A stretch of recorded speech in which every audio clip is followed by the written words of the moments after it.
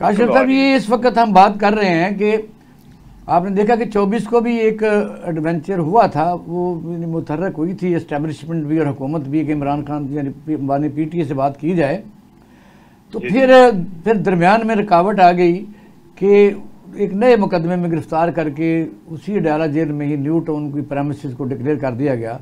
अब फिर ये सूरत चल रही है कि शायद कहीं ना कहीं से उनको मुज़ाकरात के लिए एंगेज किया जा रहा है। उन्होंने 5 रुकनी कमेटी भी बना दी है, लेकिन पाकिस्तान मुस्लिम लीग नून के आज उस्मा बुखारी और तलाल चौधरी साहब ने कहा हमें तो कोई परवाह नहीं है।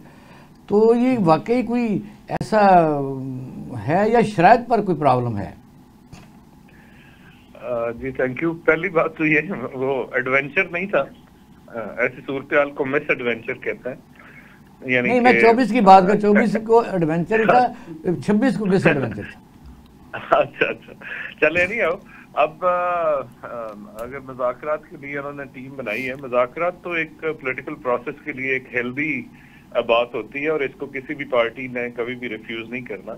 हाँ। लेकिन अगर कोई मुज़ाकरात की कंडीशन ही ऐसे हो कि भाई सारा सिस्टम पैकअप करके तो मुझे बादशाह सलामत बना दिया जाए तो इस तरह तो नेचुरली इस तरह के मुज़ाकरात तो कामयाब नहीं हो सकते। नहीं, उन्होंने फिलहाल तो ऐसा ही कहा है कि बेगुनाहों को रिहा किया जाए और जो है उस पर डिबेट शुरू की दिया। असेंबली में हमारे लोग जाने को तैयार हैं।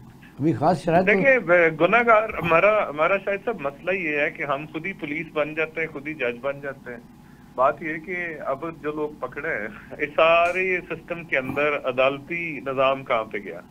मतलब बेगुनाह अगर है तो अदालत में अपनी बेगुनाही साबित करके हर बंदे को राइट है।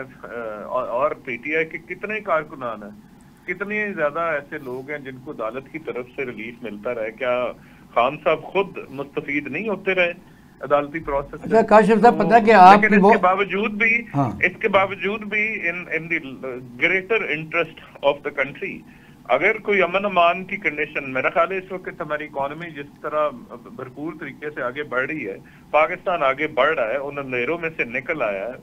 यानी कि आपकी रोजाना स्टॉक एक्सचेंज जो है नए रिकॉर्ड बना रही है, इंटरेस्ट रेट्स आपके कम हो रहे हैं, इन्फ्लेशन रेट जो है वो यानी 5% से भी नीचे आ गया।